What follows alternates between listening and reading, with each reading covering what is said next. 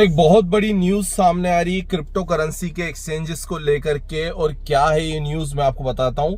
Crypto currency के अब जितने भी इंडिया में मौजूद एक्सचेंजेस हैं उन सभी को साइबर सिक्योरिटी ऑडिट कराना मैंडेटरी हो गया है। मतलब अब उन्हें सभी को साइबर सिक्योरिटी के ऑडिट करवाने पड़ेंगे और जो एक्सचेंज साइबर सिक्योरिटी ऑडिट नहीं कराएगा उसके ऊपर जाहिर सी बात है कार्रवाई की जाएगी। अगर साइबर सिक्योरिटी ऑडिट से होने वाले नुकसान के बारे में मैं जानकारी बताऊं तो ये किसके लिए फायदेमंद है और किसके लिए नुकसानदायक है वो भी मैं देख लेता हूं। देखिए, साइबर सिक्योरिटी ऑडिट के अंदर सबसे पहले तो ये पता लगाया जाता है कि बग्स और लूप्स कहां पर हैं, जिससे पेमेंट के गेटवेज को दिक्कत तो नहीं आ रही है। P2P ट्रांजेक्शन करने वाले सभी सिक्योरिटी एक्सचेंजेस जितने भी जो भी P2P ट्रांजेक्शन पर काम करते हैं वो सबके सब इस साइबर सिक्योरिटी ऑडिट का खतरों की घंटी का सामना करेंगे। अब P2P ट्रांजैक्शन में क्या होता है, कुछ ऐसे एक्सचेंजेस होते हैं जो पर्सन टू पर्सन क्रिप्टो को ट्रांसफर करते हैं, जिसके अंदर हो सकता है कि आपके पास जो पैसा आ रहा है वो कोई मनी लॉन्ड्रिंग के थ्रू भी आ रहा है। कोई पैसा आपके पास जो आ रहा है वो आपका पैसा किसी ब्लैक मार्केटिंग के थ्रू या गलत कामों के थ्रू आ रहा है। तो ऐसे एक्सचेंज जो P2P ट्रांजैक्शन को इंडिया में बहुत ज्यादा बढ़ावा दे रहे हैं वो सभी एक्सचेंजेस के लिए ये एक बुरी खबर है।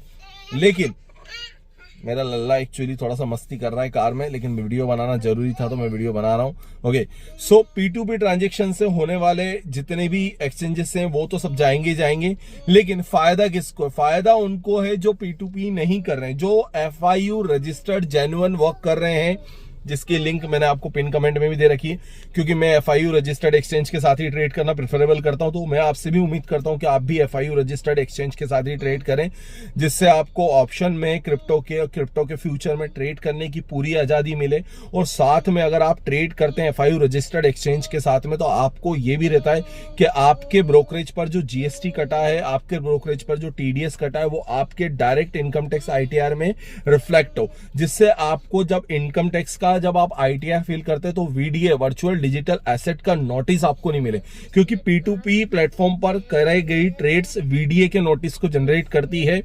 लास्ट टाइम भी मैंने आपको बताया था VDA का नोटिस उन सभी ट्रेडर्स को आएगा जो P2P प्लेटफॉर्म्स पर क्रिप्टो की होल्डिंग लेकर के बैठे हुए हैं, क्योंकि उनके TDS तो कट गए पर TDS जमा नहीं हुए। बहुत सारे ऐसे बग्स और लूप्स हैं GST से रिलेटेड, फाइनेंशियल इंस्टीट्यूट से रिलेटेड, जो क्रिप्टो एक्सचेंजेस करते आ रहे हैं। क्रिप्टो एक्सचेंजेस क्या करते हैं, most awfully they are not place their trade on metaphors.